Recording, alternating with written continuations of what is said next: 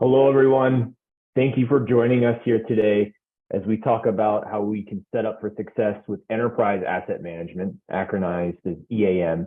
We're going to talk about those modern asset principles and then setting those successful expectations. A couple of things to go over as we proceed through the safe harbor notice. If we discuss any forward-looking content, most of what we discuss today will be available. But if we do get into any roadmap conversations, the safe harbor will apply.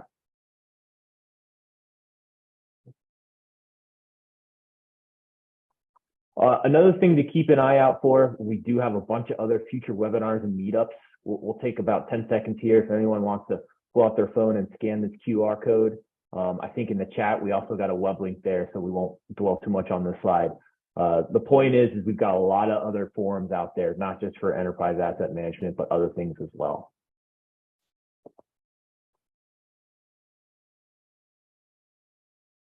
Some quick housekeeping. We save time at the end for Q&A. So as myself and my colleague Khaled, as we go through the content, if you have any questions, feel free to use that Q&A button in your Zoom app and post it right there. And then we'll address all those at the end. But we definitely want to address as many as possible. This is being recorded and it will be shared on the community. So if you have colleagues that couldn't make it, they're covered. We'll be posting this to the community. I think it should be up by tomorrow, but definitely by next week. And then after the event, you'll be prompted to fill out a short survey. We would sincerely appreciate your feedback. Thank you very much. All right, so I'm Brad. I'm an outbound product manager with the asset management team. My focus right now is on enterprise asset management, as well as some of the other asset management disciplines. And I'm joined here by Khaled. So Khaled, maybe you could just say hello real quick, rather than me reading what we got on here. You bet. Good morning, good afternoon, and good evening, everyone. I'm Khaled Nasura. I'm the product head for enterprise asset management at ServiceNow. Good to be with you today. Yeah, thank you so much for being here with us, Khaled. We're really excited to have you here as the product lead for enterprise asset management. I think it's safe to say you know a thing or two about it. So that's why we're glad to have you here for this conversation. All right, so here's our agenda. We want to make as much of this hour as possible. So we're going to start talking about foundational data, those key tenets for setting up for success. We'll probably spend most of the conversation on that.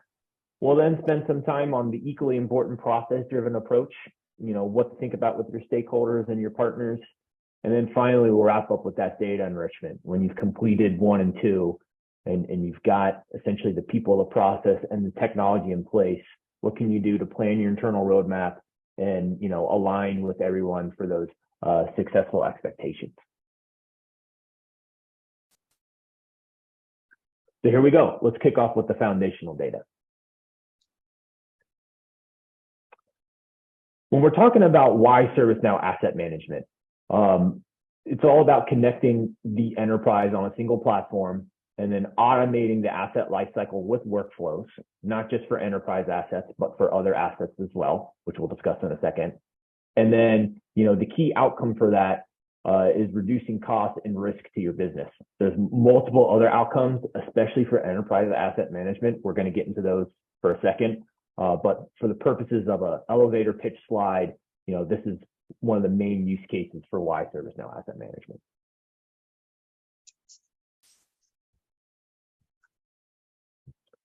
I'm going to go over this slide here, and then the next slide, we're going to bring Khaled into the conversation and have essentially our own little fireside chat about this. But this is a graphical representation of what I was talking about, that single platform for asset management. If we're starting from left to right, you can see those cloud resources and assets. Increasingly, people are shifting their workplaces to a hybrid or cloud environment. More and more of those things are not running on premise, but they're running in the cloud. Of course, the software that's ubiquitous in these times, whether it's on-premise, hybrid, or cloud. Hardware assets. Now, when we're talking about hardware assets, we're primarily talking about those IT assets. So computers, servers, network devices, mobile devices. And then what we're going to be talking about here today, enterprise assets. So this is just a sample of those enterprise assets, frontline, back office equipment, production machinery, connected assets, facilities. If it's important to your business and you classify it as an asset, that's most likely an enterprise asset. And we're going to get into that right here now on the next slide.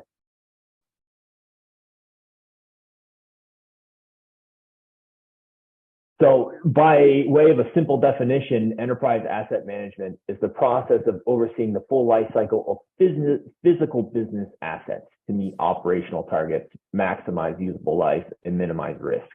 So I'm going to pause there for a second and bring Khaled in here. And Khaled, when we're talking about those modern asset management principles, if we think maybe just back 10, 20 years ago, and we think now to today, how do you think EAM fits into that today? Just to get your quick take on that. Yeah, thank you, Brad. So, many of the legacy solutions that have been out for 20 plus years, and many of those are still in use today. I probably can put them in two buckets. The first one are the large ERP systems, and the second one are the point solutions. And the point solution systems, by their definition, that they're focused on a narrow scope of how you look at your assets, and many of them just simply look at the maintenance or servicing of these assets, and they don't consider the full life cycle. And the legacy ones, who may consider the full life cycle, are doing it in a very manual way. Just to put it simply, they're nothing but a glorified big complicated spreadsheet, right, where you can track your assets. And a modern system needs to, one, take a holistic view of that asset throughout its entire life cycle, from the moment you plan for it to the moment you dispose of that asset, but also do it in an automated way to take much of the manual work out of the day-to-day activities, and let that be workflow driven, to be guided by the system. So one, you don't make any errors as users, but also two, to increase the accuracy of that data that's going into the system. So now your reporting becomes far more reliable, far more actionable. Yeah, that makes a lot of sense. And then maybe just to double click on that, what do we mean by physical business assets? I gave a high level overview, but is there anything you'd like to add to that when we're talking about a physical business asset? You bet. So a physical business asset, aka enterprise asset, it's really any asset that the business owns, and beyond your IT assets that you are normally accustomed to. These assets are often revenue generating assets. They're customer facing assets. They're in some cases mission critical assets. And because of these are the type of assets that we're concerned with, it's really it's paramount that you make sure that you know what you have, or where you have them, so you can mitigate the risk that might be associated with these assets, but also so you can optimize the operations of your business. And you can do that by looking after the asset health, so you can minimize its downtime and therefore cause less disruption to your business. But also these assets tend to be of high value. There's large capital investments associated with them. So what you need to do is to maximize the useful life of that asset, and therefore maximize the return on your investment in these assets. These are the types of physical business assets that we are concerned with. That obviously couldn't have said it better myself. Yeah, that sounds great. And that clearly opens up a lot of use cases for, regardless of geography or industry, looking after those assets. Yeah, and Brad, I could give examples of that. So if you're a retail customer, it's all your retail systems, from your point of sales, your cash registers, your credit card machines, your conveyor belts. It could be your appliances. If you're a retail store, your business runs on these assets, and any disruption to these assets means it's lost revenue, right? It's poor customer experience. If you're a hospital and you have medical carts and ultrasound machines and MRI machines. Not only these are high value assets, but patient care depends on them, right? So you want to make sure that they're running at all times when they're needed. If you're a factory, everything from your robotic arms to your conveyor belts to your laser cutting machines, your ovens, your plastic extruders, and all the connected systems, your OT devices that run those manufacturing assets. Obviously, if any of those go down, if you don't know what parts there need to be serviced, and if you don't have enough of these parts available to you at the time that you need them, your business can be disrupted, and that's what EAM is there to solve. Absolutely, and we're going to jump into some of that here shortly. But thank you for that, specification, Khaled. Really, really awesome. I think we'll go ahead and move on to the next topic here. So when we're talking about positioning enterprise asset management, we'll kind of summarize what we just discussed here. So Khaled, while we're letting everyone take a look at this, is there anything you would like to point out, as a way to help, our participants and customers, make the distinction between an enterprise asset and a hardware asset in their environments? Indeed, to follow up on what we were talking about in terms of the asset types, not only the asset types are different, but the personas that are responsible for managing these assets tend to be different at our customers' organizations, and hence why we do have two adjacent products. Yes, they do have a lot of similarities. They're built on the same asset management foundation from our platform, but they are built with the persona that's responsible for managing these assets in mind. Our workspace is designed for the specific persona. So the IT assets are typically managed by an IT asset manager. That's part of the ITAM community. And non-IT assets, all the other assets that I just spoke to you about, regardless of the industry that you're in, there's the different personas that are responsible for them. If you are a manufacturing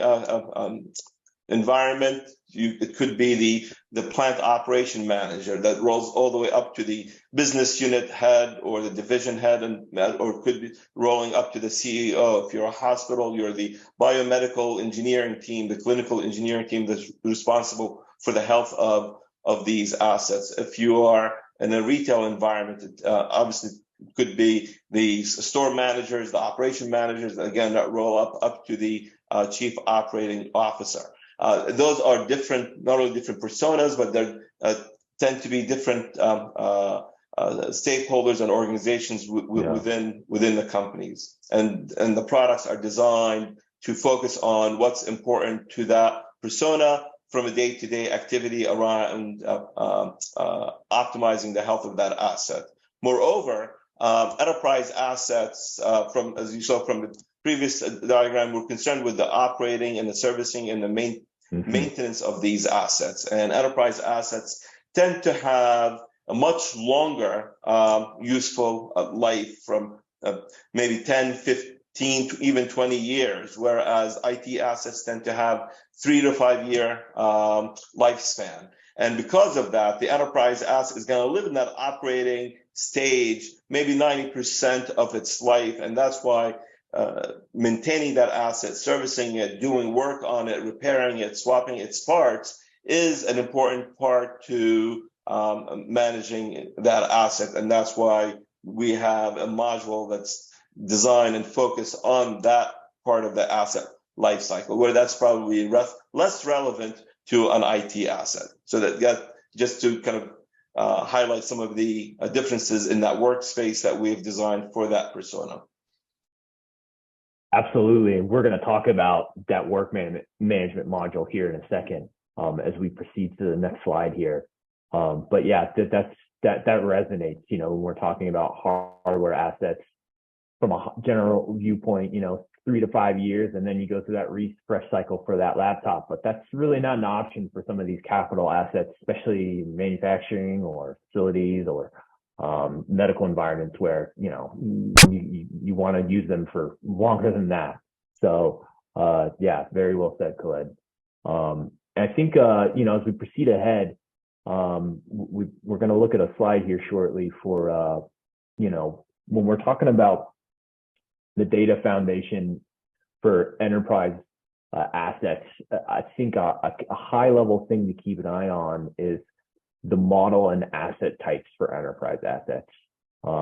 There's a lot more that we can double click into here, but for the purposes of this high level conversation, there's simple, which is essentially, that one asset itself, and then, or model itself. And then there's those multi-component models and assets where you have various, parent and child relationships that make up that multi-component asset. And then they can, of course, be pre-assembled or user assembled, depending on the use case.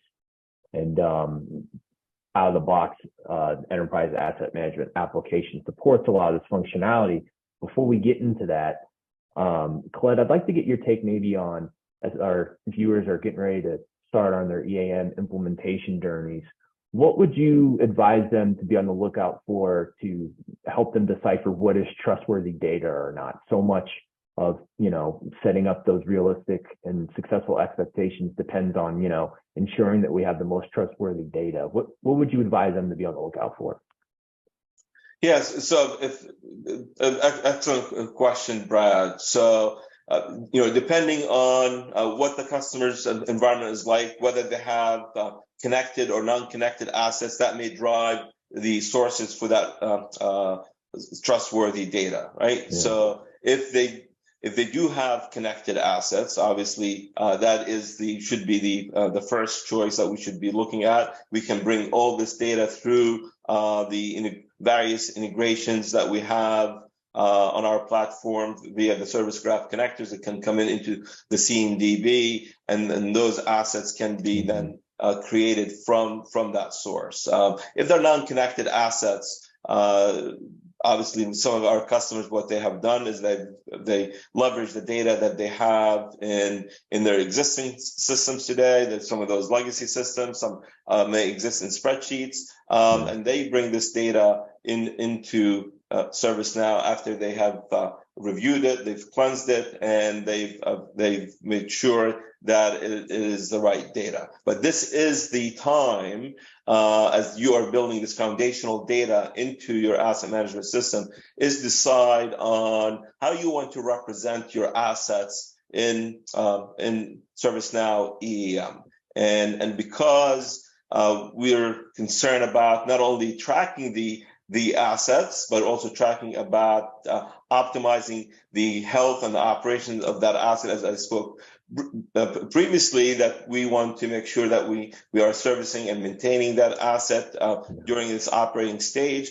That means that you need to know what parts may exist in those assets, because if you want to replace these parts, you need to have visibility into these parts. And that's what we bring here is the ability to model these assets in various ways. They could have multiple components. They could have multiple tiers of components. Regardless of how that asset is constructed, we allow you to model it so your assets can be now created based on these models, these sources of truth. And there are two types that you can follow. There's a pre-assembled model type, and that represents how you receive the asset from the manufacturer, from the vendor, with the parts that make up that asset. So if it's an MRI machine, it could be the MRI machine itself, the bed, the table pad that are used with that MRI machine. If it's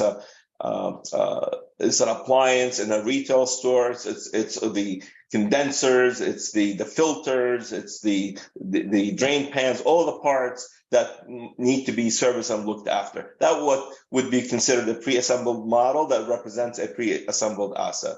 But in many other cases, you may build your own assets based on assets that you receive from a variety of sources and manufacturers. So think of that retail store example that I mentioned, the point of sale. where you have the cash registers from perhaps from NEC, you have your credit card machines from VeriSign, you have the scales from Toledo, and you have your conveyor belts. All these are assets that you acquire from various sources, and you assemble as a kit, and you provide them to your ship them to your stores. That is what we call a user assembled assets, and so we give you the flexibility to define them as it serves your use cases.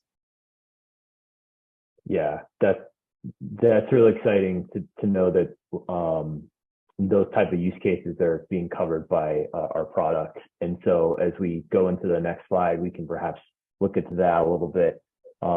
This is, just an example of, when we're using enterprise asset management to cover those multi-component model and asset use cases, and allowing whatever the use case may be, as Claire was just speaking to, whether it's user assembled or pre-assembled, to have that defined in the product. And then as you support that asset throughout its life cycle, you're going to have workflows behind that. So you're going to be in a position to really increase your data accuracy for some of these more complex enterprise assets that are multi-component. And that's something that, we're already seeing a lot of our, as our customers are going live. EAM's been on the street for about half a year now. This is one of the things that's really a game changer for them. And then, and Brad, if I may add, why would a customer want to dive into their assets and kind of drill down into their structure, into their components and parts, and the value that they'll be extracting from that is again linked to that outcome that I spoke with before. It's about how do you minimize that downtime? How do you cause less disruption to the business? If you have visibility into your asset and how it's constructed and what parts are inside it, when a technician's going out to service that asset, he has that visibility into that asset. So he knows what parts make up that asset.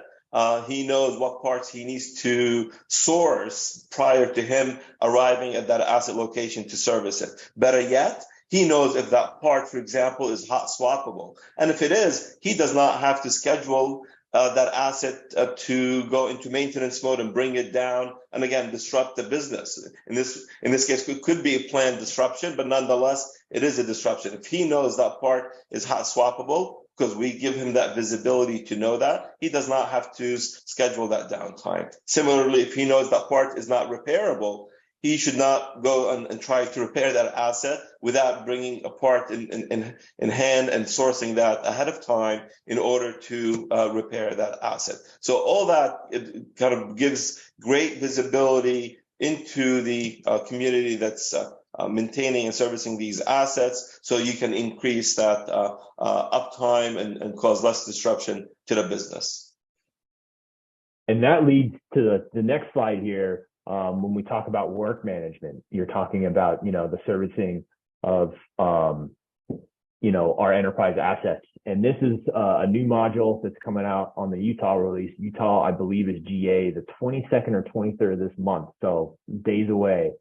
And there's two key parts to this. We'll discuss this slide, and then on the second slide, I'm going to ask Colette another question on this. But when we're talking about work management, we're taking that data foundation that we talked about, and now we're really expanding it to the servicing, the maintenance, the smart asset actions on those simple or more likely multi-component models and assets. So if you're an enterprise asset manager, you're going to have the ability to set up these maintenance plans in the tool and tie them to all of the assets in your environment, and then be able to track that, whether it's based on a duration or another type of trigger, to really increase that data accuracy and integrity.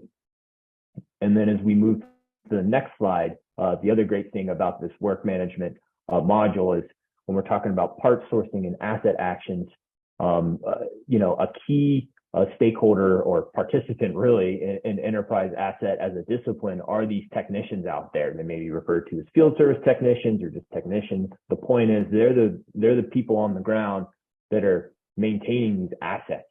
And so what this module is bringing to the forefront is the ability for those technicians to work simultaneously with those enterprise asset managers from the same sheet of music. And so if they're in a situation where they know that a part needs to be replaced or deployed or swapped, they're going to have in real time the information they need to not only find what they're looking for, but also to let that enterprise asset manager know right away. And I think, Khaled, this is a great time to maybe get your take on, what exactly is work management, maybe, level set anything I just mentioned. And then what we're talking about here, how does this compare to existing, the acronym is CMMS products? So there might be some people that are familiar with that acronym and that terminology. So maybe we could talk about how what we're talking about here compares to that. Yeah, thanks, Brad. And there's a bit to unpack in that question.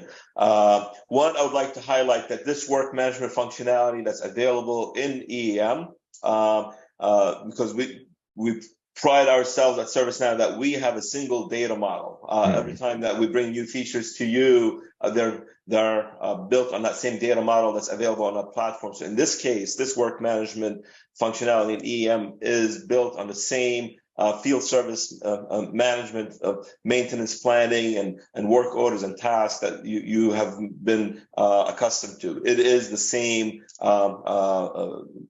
module, if you will, the same data model. So the products are completely integrated and they work well together out of the box, if you will. But what I was referencing earlier when we're talking about that cycle diagram, what's different about ServiceNow, that we are not a point solution. And this is a great example of that we are looking after the entire asset life cycle, including the work activities that take place around it, but we're maintaining that best practices around how you would manage an asset. And in this example that Brad, you were talking about how technician would need to source a part and how he would use that, we follow the same asset management best practices that found in EAM and our other asset management products. So when a technician needs a part, one, we give him visibility to the fact that he needs parts because we know what parts are in the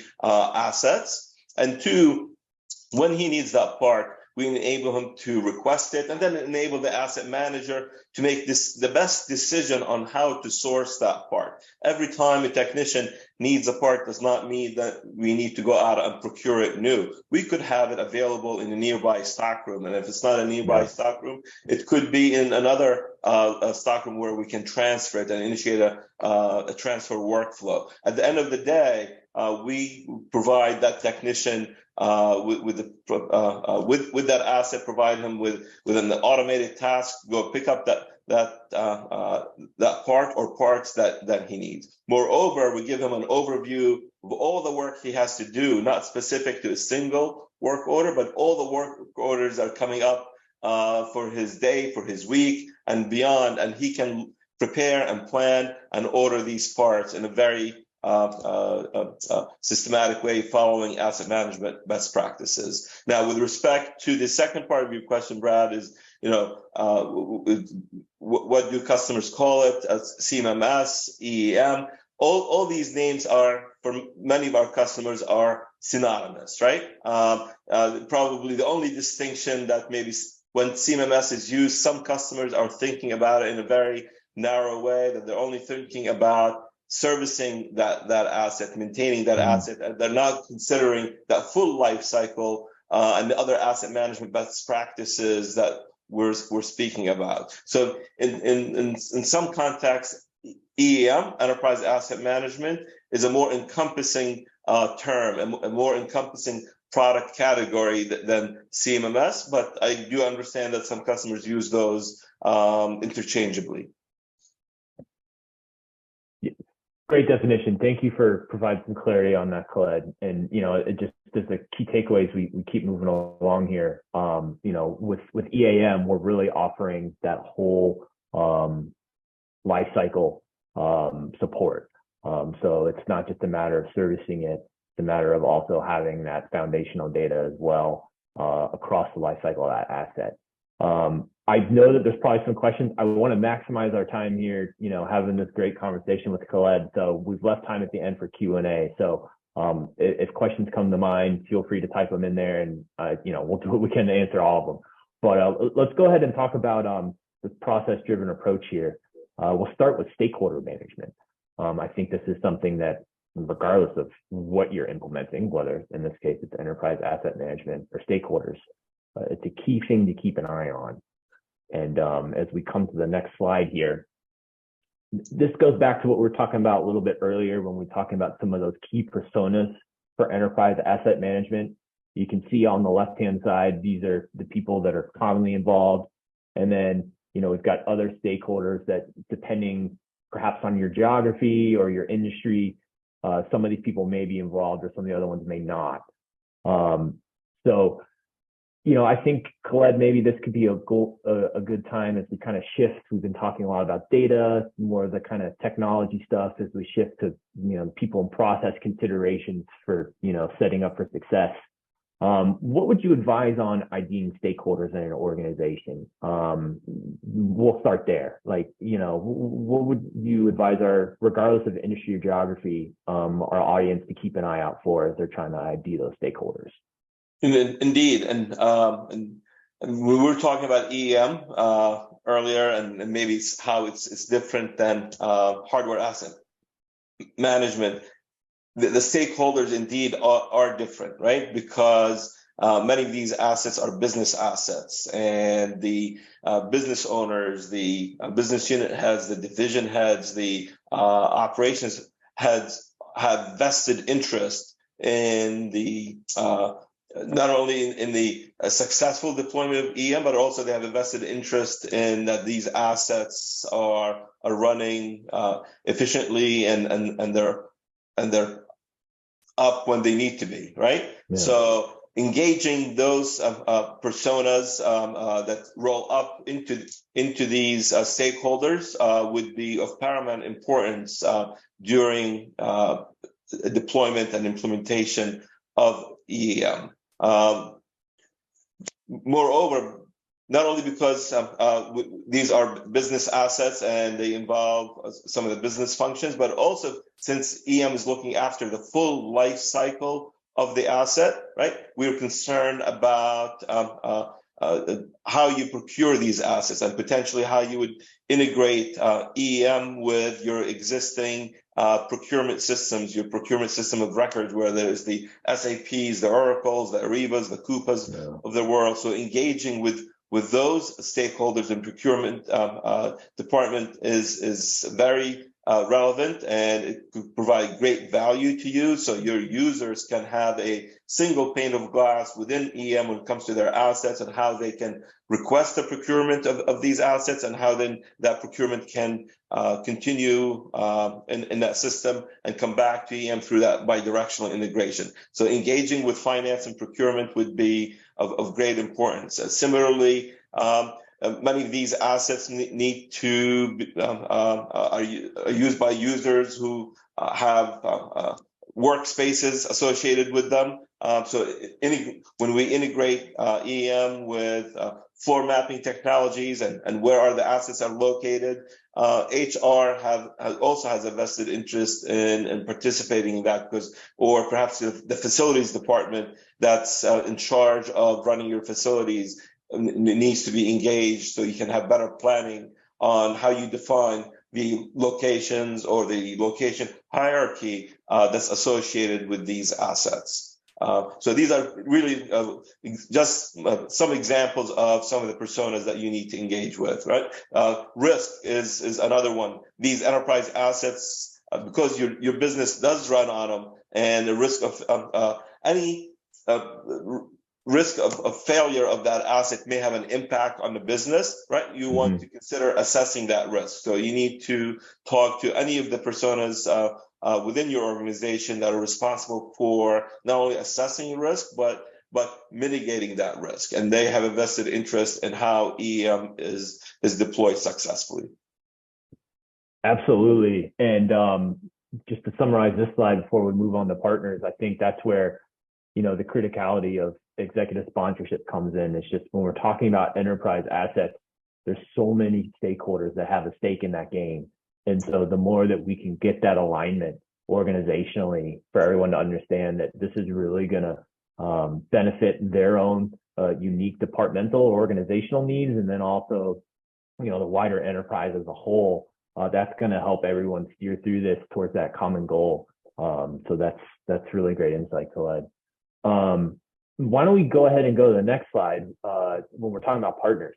So we always encourage everyone on their implementation journey to, work with a partner. We recognize that there may be reasons why that isn't possible, but we do encourage it. And from a high level, when we're talking about partners, you've got those technical partners that are going to be perhaps a bit more focused and more of expertise in, implementing the product. And then you have those partners that are going to be a bit more strategic, a bit more people process focused.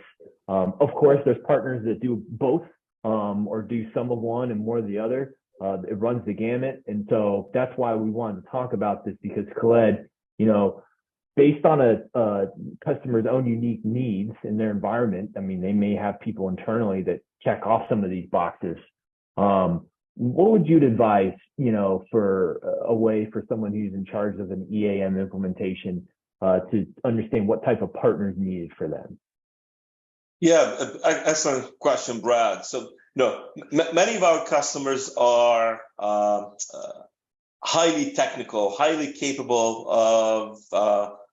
of implementing solutions on our platform, and that I think will always be the case. But in many cases, right, our partners are super valuable, right, to the planning for an EAM implementation and for the successful outcome of that implementation, because they really bring in that deep knowledge, not only about our product because we have trained them on it, but also deep knowledge more broadly around the platform as a whole. They bring that strategic insight that they, with the subject matter expertise, that where they can align business outcomes with the solution that they're implementing. Essentially, they're integrating product with process, but also they bring in their operational knowledge around governance models, around training. They've been through this many times, so they can leverage their lessons learned to create training materials, right? So they can do in-person training sessions. They can create knowledge articles that can really augment the deployment of EM and bring this knowledge forward beyond the immediate users of EM, but to the wider stakeholders within your organization, right? Yeah. And then as you go through that deployment, they can bring in that functional experience where they can help you move up that maturity scale, right? From the basic tracking, the foundational tracking of your assets, to how you would automate that, how you can leverage more of our out-of-the-box workflows to drive that efficiency, that accuracy in how you manage your assets. And all that is really aligned with the outcomes that you have initially signed up for. And then they make sure that there's great alignment between this strategic, operational, functional side to the outcomes, whether you need to optimize the operations, reduce your costs, both your ongoing expenses around repair, servicing, maintaining these assets, but also around reducing capital expenditures by maximizing the useful life of your assets, and not to include the minimizing downtime and disruption to the business. Sounds good. Yeah, no, appreciate you providing some insights on that, Khaled. And as you said, all of our customers out there, we know that you have a lot of expertise in this. Our partners can really help, take that to the next level, especially, when you're talking, about some of these strategic considerations and ensuring that, you're getting the most value out of your enterprise asset management journey. I think we're going to go ahead and move on to the next slide here. We're only a couple of minutes behind schedule, which is amazing. So this is the last part here, and then we'll get into the Q&A. What we want to do is just spend some time talking about, what, regardless of your industry or geography, what you can do as a user of enterprise asset management to plan your own internal roadmap for your own journey and then, setting those successful expectations. So as we move on to the next slide, we've got some pretty cool high-level value claims here and aligned to some of these strategic initiatives. There are many more for EAM as well. And as we continue on our own collective journey, a lot of this is going to really focus on things like work management and things like that. But in terms of getting started, these are 4 that can really help you prioritize how to make EAM a strategic priority. And then, Khaled, as we wrap up the descriptive part of this discussion before we get into Q&A, I was wondering if maybe if you had any high-level advice for customers on how they could set their own internal roadmap. We talked about data foundations. We talked about, how to interact with partners, how to interact with your stakeholders. Now let's put that together a little bit. Where would you advise, a customer that might quite simply say, where do I start? Yeah, so I think I would relate it to this kind of asset maturity model, crawl, walk, run, so to speak, right? Mm-hmm. Really, the first step is the foundational step that we spoke about earlier. Just make sure not only you bring your assets into ServiceNow, but you're modeling them properly, making sure that you are taking advantage of the enhanced functionality that we have available to you in EAM around managing complex, multi-component, multi-tier assets, because then you can begin to extract that value as you move into the second level of maturity, and you bring the automation in the form of the out-of-the-box workflows that we make available to you on how you work with these assets. So that would be the second level, if you will, is how do you begin to automate the operations of these assets throughout their life cycle. And thirdly is then, as you mature into that, is how do you then begin to look after your cost structure of these assets? How do you look at your total cost of ownership? So not only you know how much money you spent on the assets initially through the capital expenditures, but also all the expenses that you have accumulated throughout the life cycle of that asset. So you can begin to look at that total cost of ownership and benchmark it against any baselines that you have established, and decide when should you stop servicing and maintaining that asset? When should you stop sending technicians to work on that asset? And perhaps now it should be a good candidate for refresh, right? These are I would align all of that along these kind of crawl, walk, run model. Yeah, absolutely. And that's something for everyone on the call. If you want to delve a little further into that, reach out in the community. We can provide some more resources on that crawl, run, walk. But from a high level, it's definitely always a great practice to start with your data. Everyone wants to. I know I, want to get to, the outcomes that I have planned for myself and my organization as quickly as possible. But we always want to make sure we don't put that cart before the horse and start with, the building blocks, which is that data, and that's of super importance in any asset management discipline. And then, when we're talking about enterprise assets and the multi-component nature of a lot of them, it's especially important. I think one last question here, Khaled, before we get to the Q&A. And so we'll get to that here in a second. But when you're talking about, Khaled, these things we talked about and customers making their own internal roadmap, how would you advise them on how to align with the various parties involved? So executives, stakeholders, partners, any anecdotal feedback you provide on what you found would be good practices, regardless of industry or geography?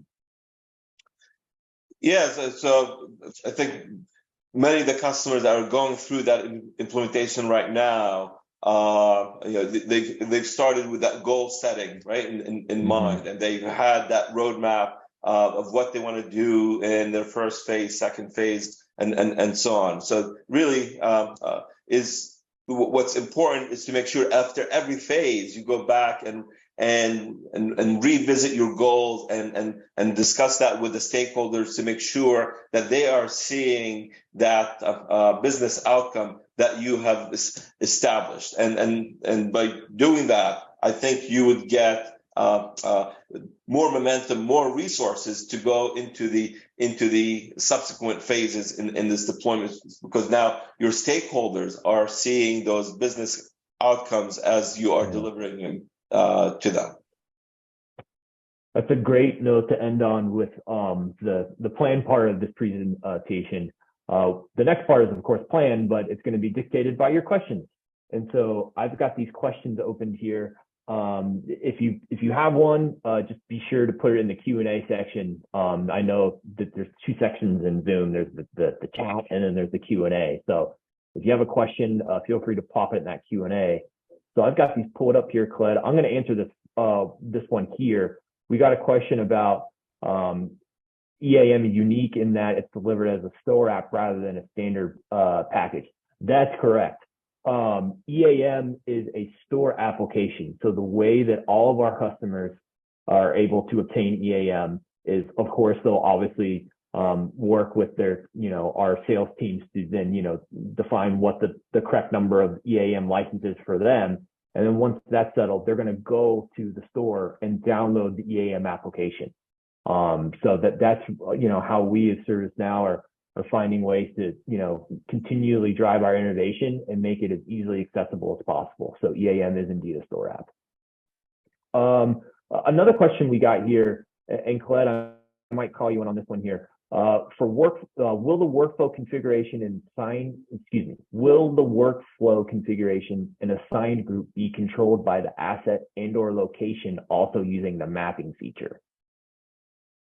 Yeah, so I read that question, and I'm going to interpret it and speak out loud my interpretation of it. So sure. If you're speaking to Lillian, if you're speaking to the integration with floor maps, and that's what the question is about, then the answer is yes, right? Your floor maps will be part of a location hierarchy, campus, building, floor, and then places within these floors, whether they're rooms and offices and cubicles, or if you're on a manufacturing environment, it could be the cells within that manufacturing floor. Regardless of that location hierarchy, that will be